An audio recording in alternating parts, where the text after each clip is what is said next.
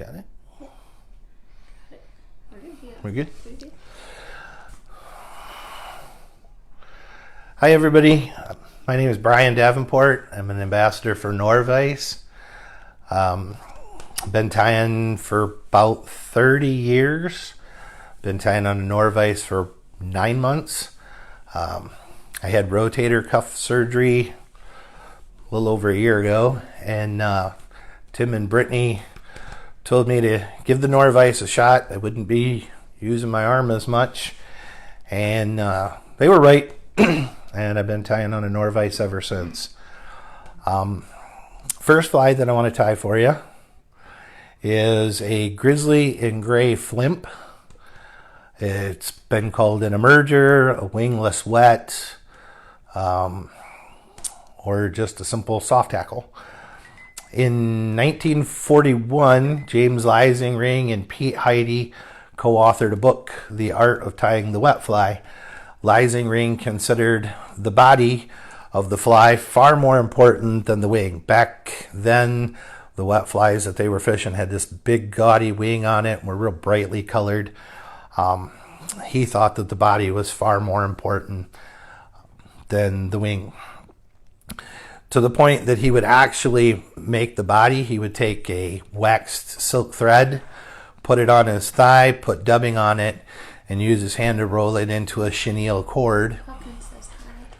Hi. And then he would put those on a card just like this.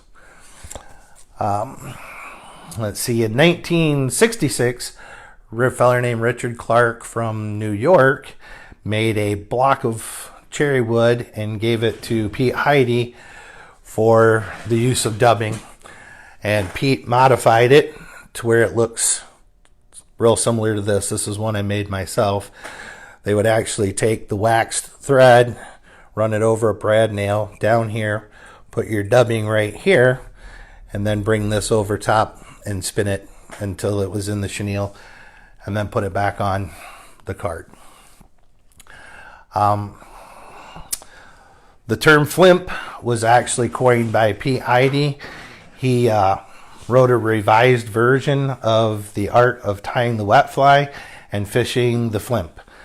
To him, it was not a wet fly, it was not a nymph, and it wasn't yet a dry fly. So it was a flimp. He also, one of the cool things was he thought that the hackle should be along the first third of the body instead of just around the head. The natural bug has legs back to the across the thorax instead of just around the head. So with that, let me get a fresh hook in here and show you how to tie a flimp. One thing to keep in mind on the flimps is Leisingring, depending on where he wanted to fish the flimp, he would use a light wire hook to fish it right in the film, or he would use a heavy weighted hook to get it down a little deeper. If he wanted to fish it right on top, say during a hatch, he would actually dress it with floatant and then fish it upstream just like you would a dry fly. So I like mine to get down just a little bit, and a lot of times I'll fish these down and across. So I like to use a nymph hook, a little heavier weight hook.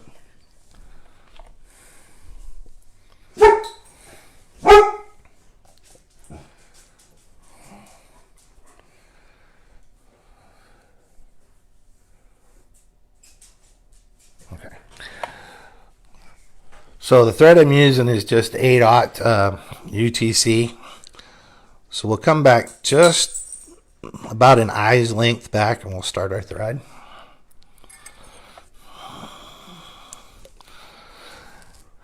And separate from a lot of patterns, the first thing we're going to do is we're going to tie in our feather for our legs.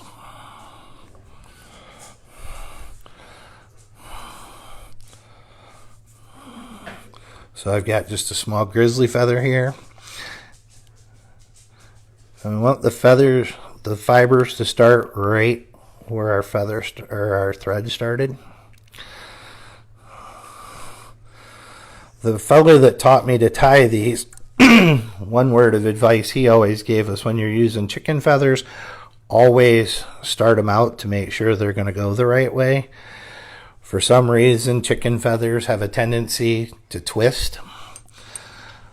So that one's going to lay right. So we'll bring our thread back.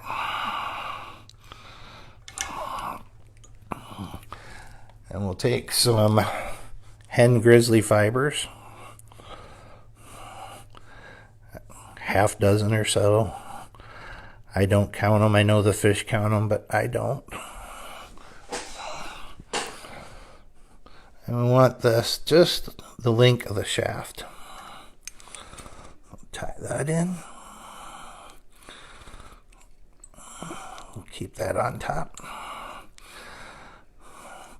Another thing, the feller that taught me how to tie these, he always takes his thread and runs it underneath, cocks the tail up. His theory is it really didn't fish any better. However, it made him feel better, so he fished it better. Said it made it look a little racier. Next, we'll take small silver wire. And we'll attach that to the hook on the far side. Get that bound down real good.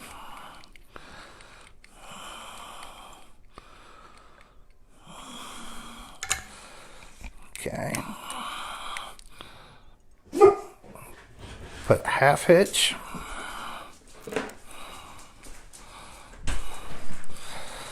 Okay. And I know you don't typically see people using a Nor-vise make a dubbing loop, but we're going to make a dubbing loop. Hang that from my material hook and bring our thread up. Another half hitch. And we'll get our thread out of the way.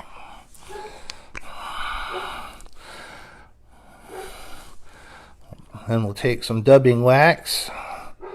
This is just BT's wax. It's Alan Gretchen Beatty from Boise. I forgot to tell everybody, hope everybody's having a good Memorial Day weekend. Enjoy the cookouts.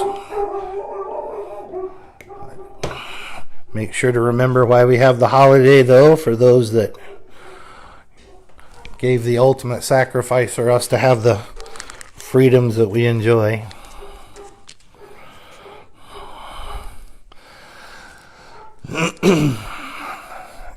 As far as dubbing goes, this is a darker gray. The original pattern calls for muskrat fur off the back, and that's a little darker.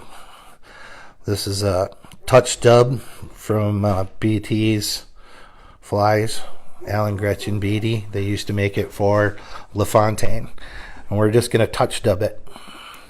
Get our wax on there, and we just dub it on there, just pretty much a shaggy little thread. A little bit more than that.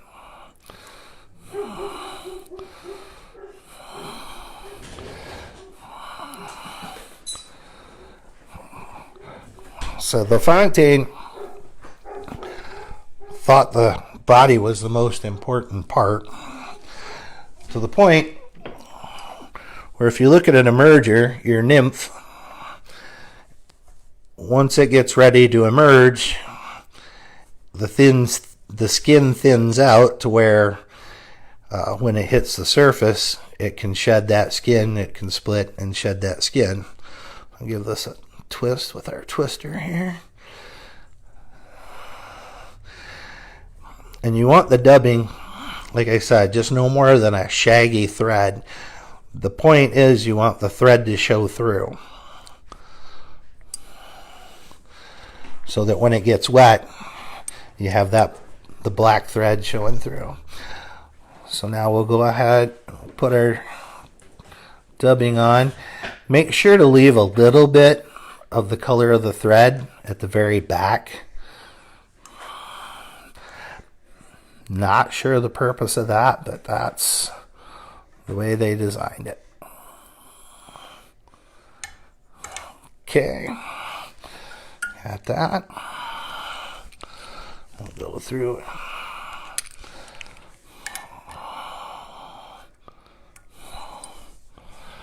That off.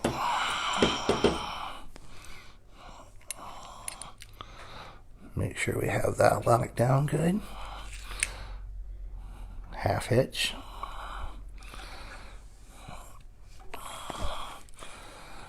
Then we'll take our silver wire.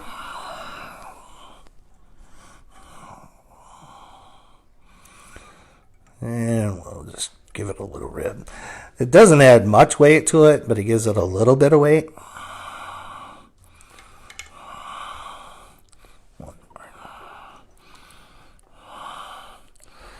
And I like to, right at the very end, when I'm wrapping a rib, I'll go through and give it a couple wraps right there at the top. Helps the wire stay on while you get it all secured.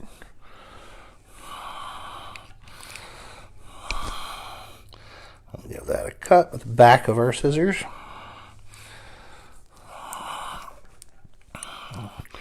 Make sure we got that locked down good. Now you want to bring your thread back to about the 1/3 point.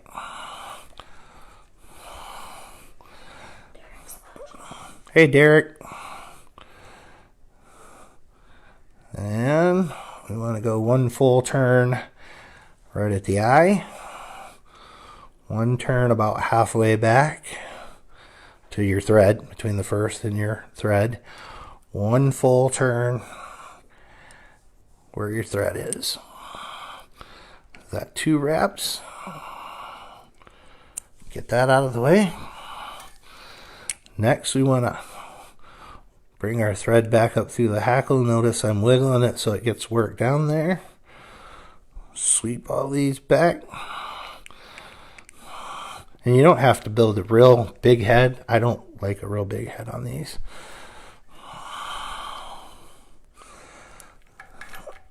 And then we'll whip finish.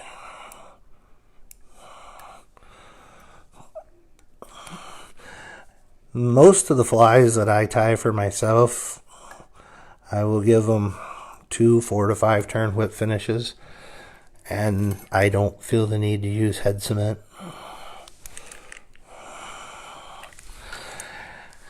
And that is a gray.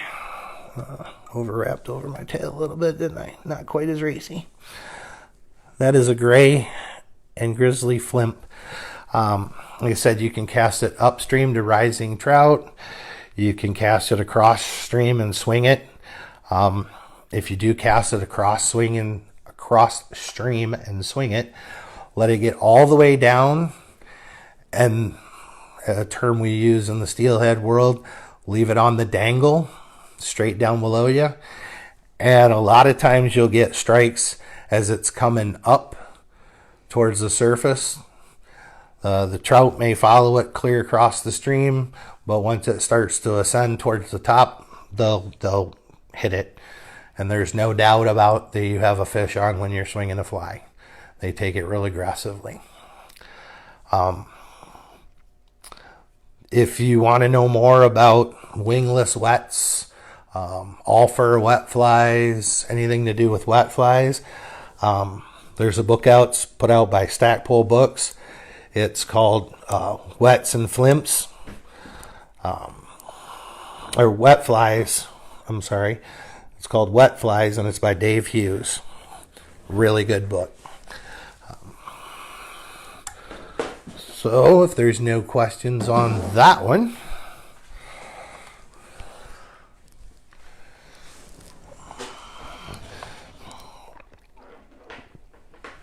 Braden's watching. Terry. Hey Braden, hey Terry. Okay, no questions on the wet fly. Then we will move on. The next one I want to tie for you is an Adams Cripple.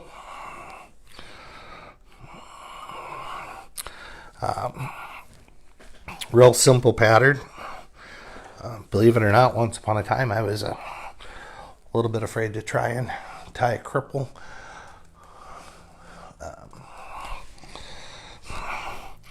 This one is Craig Matthews pattern. West Yellowstone blue ribbon trout, or blue ribbon flies. West Yellowstone, Montana. It's a real good searching pattern. It's just like just like any other Adams pattern, be it a parachute or whatever. It's a good searching pattern. Or if there's gray mayflies on the water. So this one we want to start back about an eye length. That's important where you start your thread. If you never go past where you start your thread, then you'll always have room and you won't have your eye crowded. Took me a long time to learn that trick. Okay.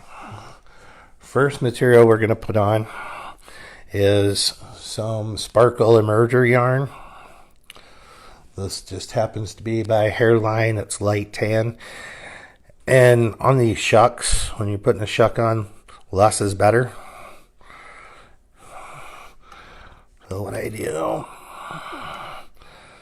give it a couple wraps, pull that through, make sure you got it locked down. And we want just a little shuck. Clean all this other stuff up top.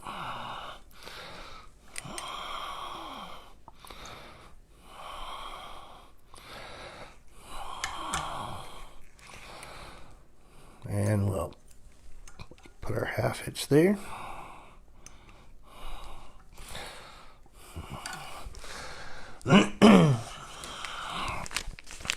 And for dubbing, I'm using Blue Ribbon and Tron Light Dun dubbing. Any good dry fly dubbing will work.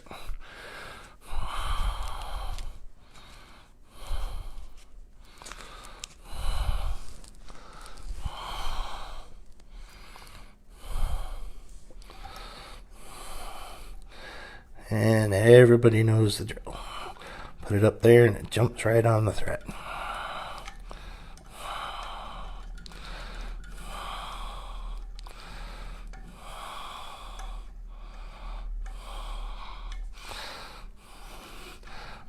Well, this is a dry fly, so I want it tight. I'll hold on to that. Tighten it up.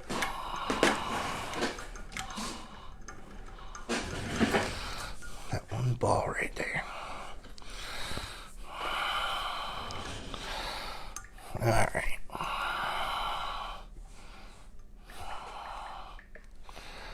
And get our dubbing going on our fly here.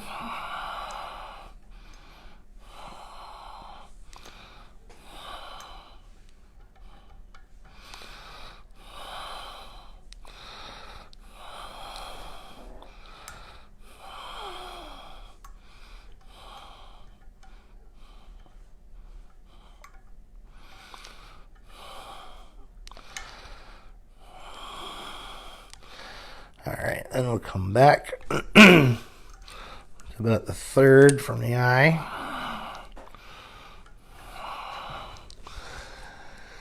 And then we'll put our wing on. The original pattern by Craig calls for EP fibers.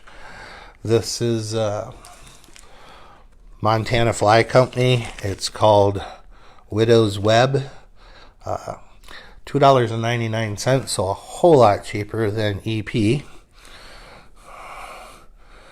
I'll put that right there. Pinch wrap.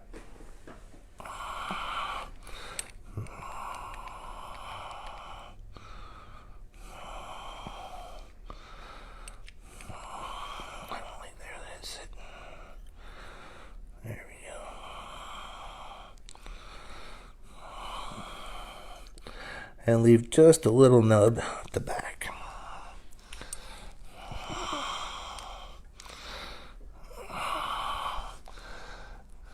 Next, we want to use an appropriate sized brown hackle. Appropriate sized would be 1 to 1.5 times the gap of the hook. We'll get that brown wrapped in there. And then we'll use a grizzly feather. Shiny side towards me, towards the tire. I like my hackles to point to the rear. That. Lock down the stems in front.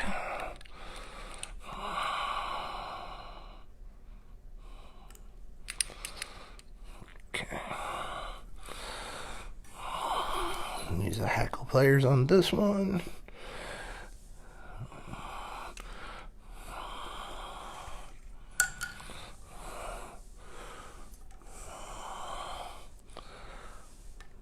Two wraps behind, one wrap in front.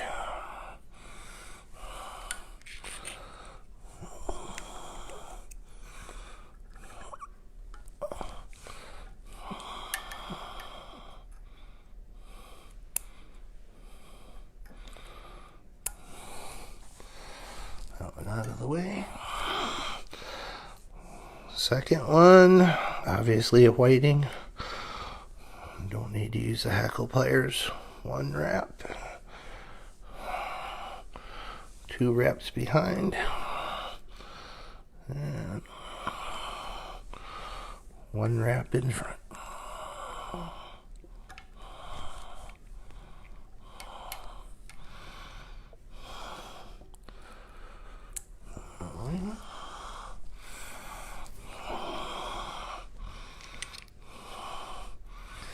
Lock those down.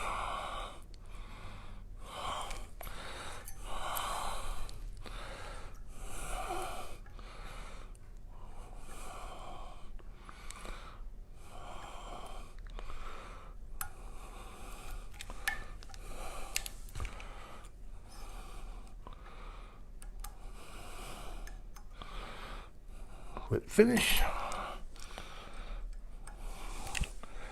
Get our thread out of the way. And there's our crippled. Trim your wing off to where it's just a little bit longer, the same size, a little bit longer than the hackle. Hey, Shannon. Again, when you have a hatch going on, if you have a gray colored mayfly or just searching, the fish see this as an easy target, and yet they still haven't gotten rid of the shuck yet, and their wings are up drying, so they're an easy target for the trout. All these are generic patterns. Here where we fish in Idaho, we don't always have a hatch going on, so we tend to use a lot of generic patterns. Javier asks, why don't you use two feathers for the hackle at the same time? Preference. You certainly can put them both, tie them both in and wrap them both at the same time. I just prefer to do individually. There's a lot of people that tie them in at the same time. It's just personal preference. Anything else? Hey, Mike. Okay, so our third pattern, again, another generic pattern. This one is a Pheasant Tail variant. There's a feller, some of you may have heard of him. His name is Art Flick. He's been credited with giving this its name as a variant. A normal dry fly is 1 to 1.5 times the gape of the hook. A variant, the tail is twice the length of the shank and twice the gape of the hook. They tend to land softer. They tend to be a more delicate presentation. You can skate them a little bit better. More along your Catskills kind of fly. A variation, it would be, I know some people get variation and variant mixed up. Variation, like your Purple Haze, is a variation of your Parachute Adams. That's a variation. The variant actually describes the length of the hackle and the tail.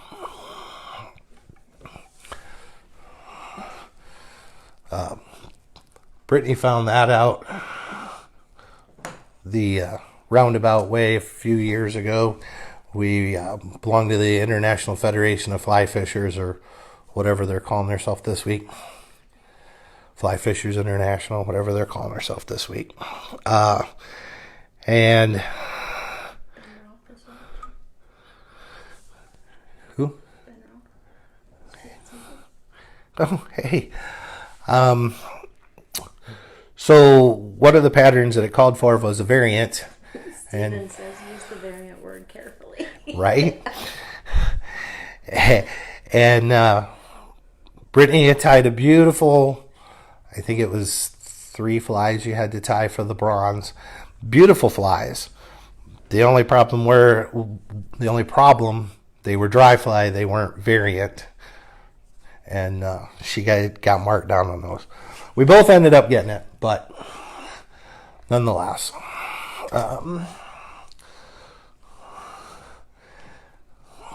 Feathers over here. And you can fish these a lot of 12 to size 20. I know some people fish them in lakes up to size 10.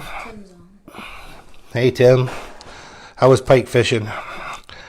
The problem is trying to find good quality hackle long enough to fish that size. He says we're here. Sorry, didn't run. It's all good. So we'll start our thread. And again, I'm using black thread. I like a darker head on my flies rather than a brown or a tan. The thing about your hackles, when you're using hackles for the variant, you want to make sure they don't have, you get past all the webby stuff. They need to be very stiff in order to support the fly. If you do it right, I should. Say that's not quite long enough.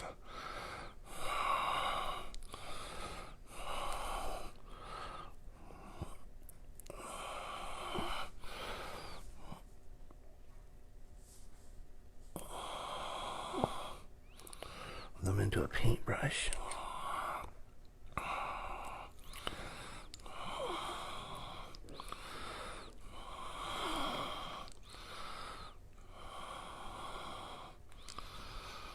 Okay. Gold wire.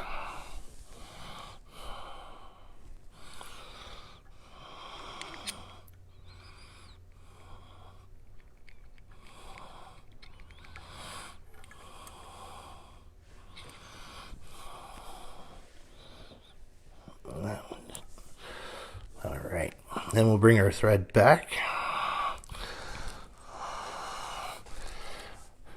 Get our pheasant tail. I probably go a little overboard. I like to use about a dozen feathers.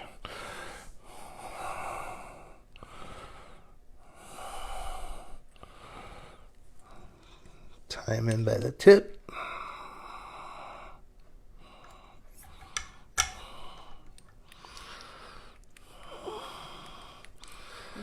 Says I'm being very quiet.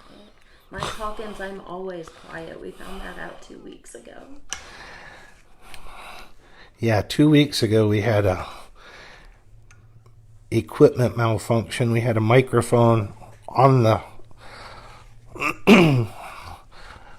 right by Brittany so that she could be louder. Unfortunately, the microphone wasn't picking her up, and these iPhones have a good microphone, so it was picking me up behind the camera instead of her in front. That's why I sounded like Darth Vader. Yeah. So we remedied that by getting a little lapel mic. Alright, so now very carefully we're going to bring this up past the point of the hook. Up to where we started our thread.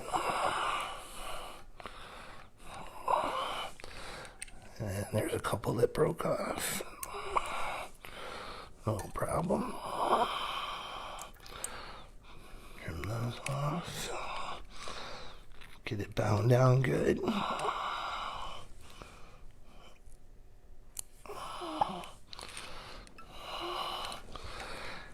Half inch. And we want to rib it. When we rib it, instead of going with it, we want to go reverse rib. We reverse rib for two reasons. One, it helps to make the fly a little sturdier. When the pheasant tail breaks, it helps keep it from breaking. The other thing is,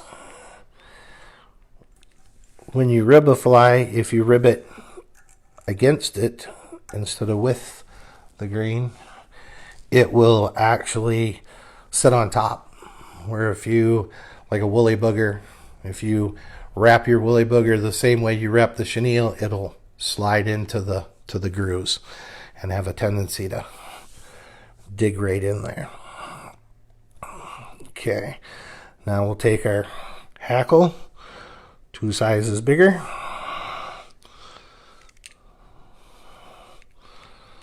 Get that wrapped in good.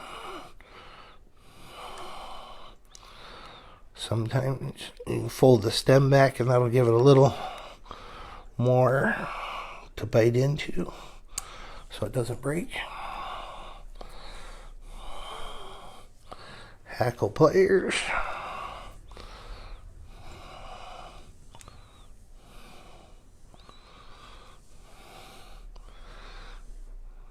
And I tend to hackle these pretty heavily. Oh. Jessica's on. Jessica. Pearson. Oh. Schneider.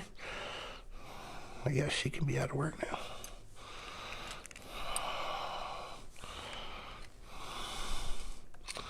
Not right.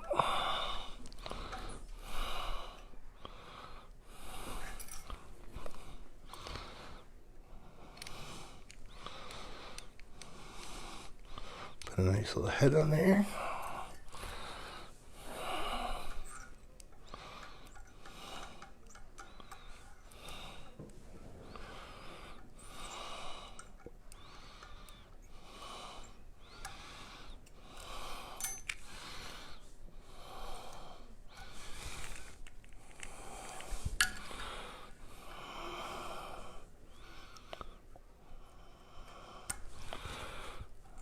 There we go.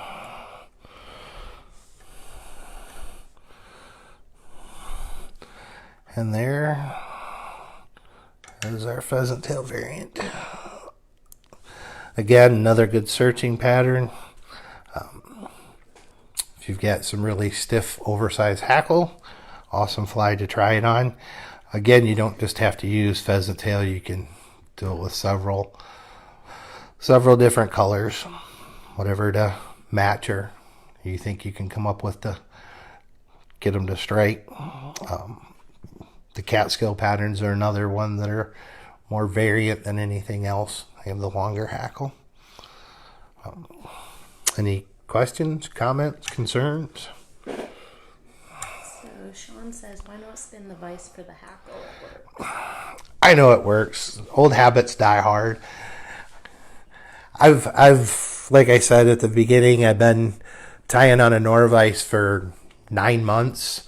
I tied on a Nor-vise for, well, 28 years before that. So some habits die a little harder than others.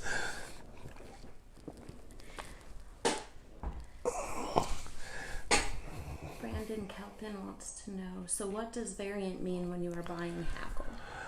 When you're buying a hackle, a variant would be a variation in the color. It's not a true, like, say, I'm trying to think of one, a dun. It's not, you'll have some that are, say, a honey colored, and then you'll have some that are brown. A Cree hackle is a good variant, because a lot of your Cree hackle, if you're lucky enough to see one, they'll have brown feathers in there instead of the barred black, white, and brown. A white one, you'll get some white variants that are white with black or brown in them. Sal wants to know, would you ever use an upward eye hook for dries? Any reason they are harder to find? You can use them.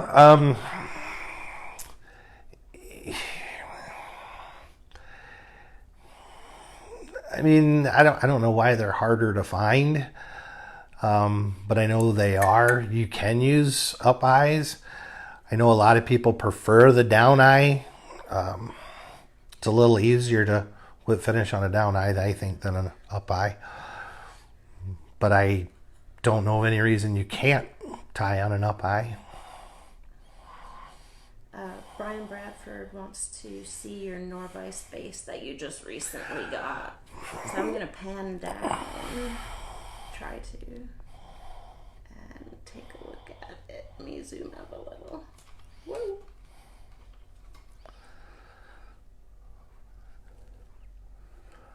Alright, look at that beauty.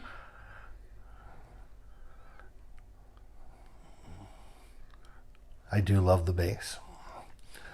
The base it makes things a whole lot sturdier. You know, when the next fly I'll be doing will be stacking deer hair. You don't dare want to stack on your board because it jumbles everything around, but you can definitely stack hair on these. Just make sure you've got rubber on the bottom of your stacker. Wife doesn't get as grumpy when you're banging it on the table.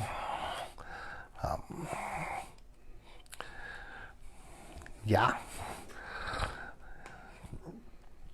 Anything else? Any other questions? Okay. We'll go to the next fly. So the next fly that I'm going to tie is, again, on a dry fly hook. Only this is a size 10. This pattern is called a Tom Thumb. It's a British Columbia fly.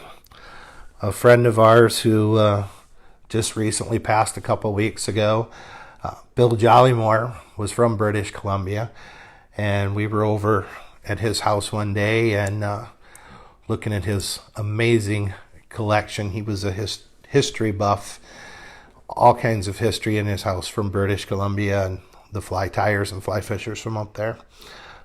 He showed me how to tie this fly. It represents a sedge or a caddis fly after it's emerged and it's got its wings cocked forward and drying out.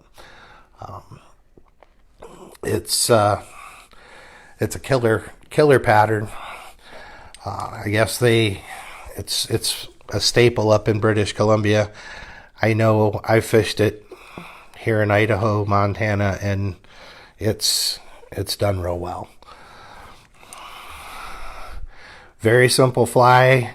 Other than your hook and your thread, 2 materials.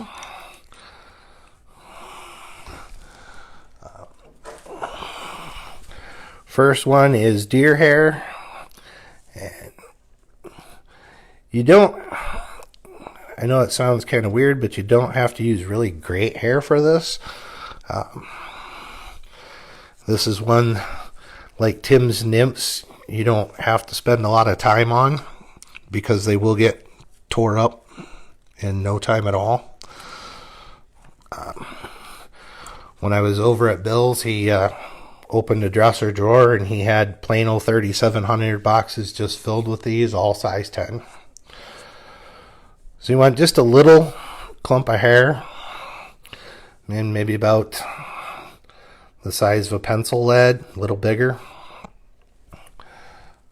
Put that in our stacker. And there's on our granite base. It doesn't wiggle anything.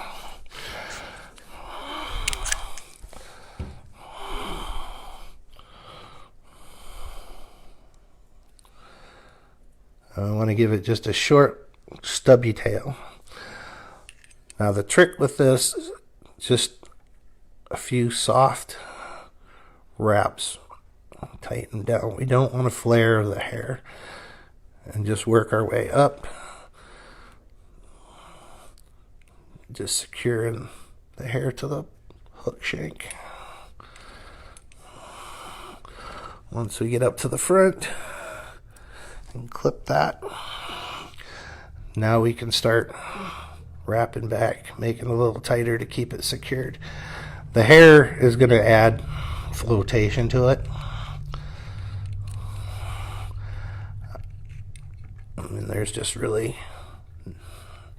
nothing to this fly. All right. So, Half hitch. Andre says Tom Thumb is a great fly. I use them a lot. Colin says it works better in Alberta. Like I said, I've seen it work all over the place. For those of you that know where the Harriman Ranch is, I am not ashamed to say I fooled fish on the ranch with this fly during a caddis hatch. As did I.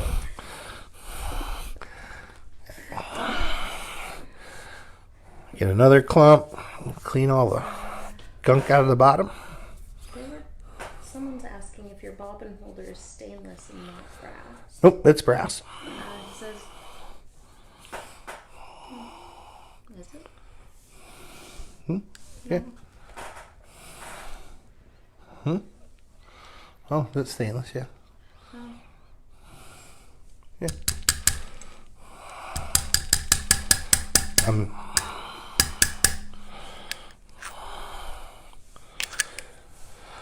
Okay, we give it a stack. He says, must be the lighting. There are only 5 stainless bobbin frames. Guess where they are.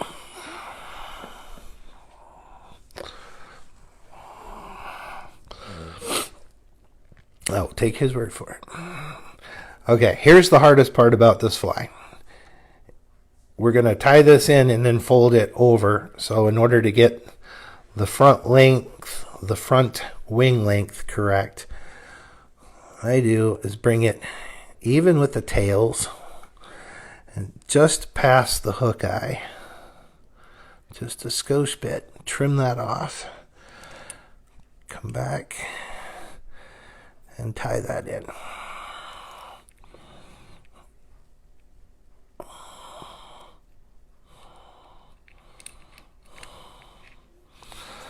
Okay. Half hit so we don't lose our work. The next material, Bill didn't use a next material. He didn't put anything in for an underbody. He would just use the thread. As most everybody knows, the two materials that catch a trout's attention, peacock herl and pheasant tail. I like to put a little peacock herl in mine. There's two variations to this pattern. One, you encompass the hook shank with the deer hair, and the other one is tied with the hair acting more as a boat, and that's the one Bill showed me, and I like that one a lot better. So that's the ones I tie. I would say we tie, but I still haven't got Brittany to tie any of these yet. You heard she likes to fish them. She hasn't tied any of them yet. All right. we go ahead and make our chenille rope.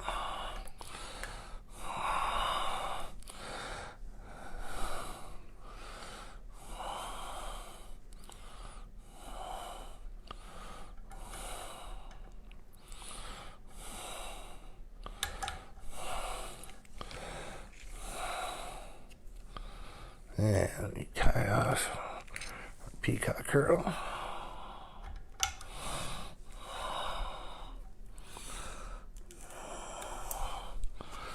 So Mickey Harler was asking what brand your magnifier is that you're using. And so I just posted the link in the comments for anybody that's curious. Yeah, unlike Tim, I don't just use glasses. This is an awesome set, has a little light in it. Comes with 5 interchangeable lenses. So it's pretty nice. I wouldn't be able to see without it. The magnifiers are good, but I don't like things between me and the flies that I'm tying. Alright, so we'll grab our deer hair for our body, bring that forward. Try not to get any of the tail fibers in there.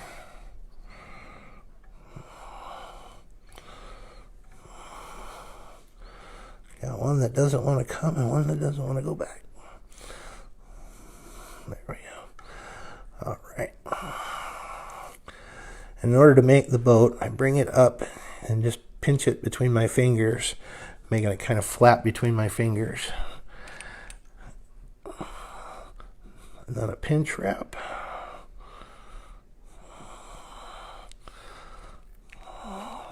Couple good hard turns. Lift it up underneath. Just a little bit to build up there to keep it standing up.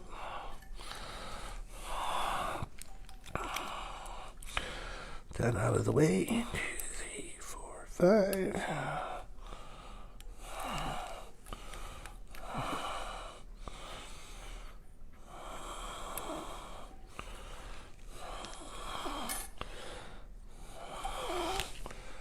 Well, put that on our bobbin cradle. And if there's any wayward hairs,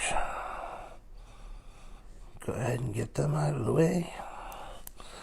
Dave suggested tying it with red thread as well. Red thread works good. I have to get a couple more bobbins, so I went with black so I could use the same bobbin for all 4 of these.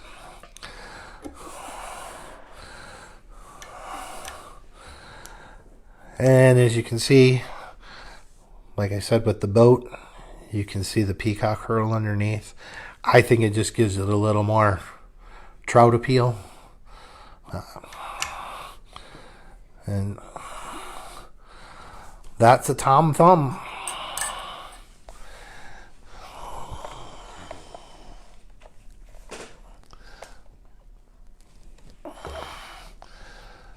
Is there any questions I can answer about any of the four flies that I tied?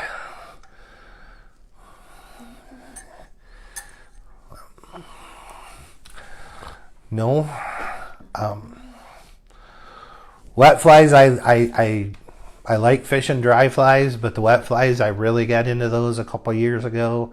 I bought that book by Dave Hughes, and it's a really, really good book. You learn a lot about wet flies and the history, things like that. Another good resource is, I always screw up his last name, Davy Watton. According to Dave Hughes in his book, he's a master at the wet fly. I've talked to Davy a little bit. He uses a brace of wet flies when he fishes. He fishes with a 10.5-foot rod and uses no less than 3 wet flies. And a lot of he's fishing upstream just like you'd fish a dry fly. I'm not that good yet. I'm working at it, but not that good yet. Can you show the book? I can. set my cameraman. It's right over there. You moved it.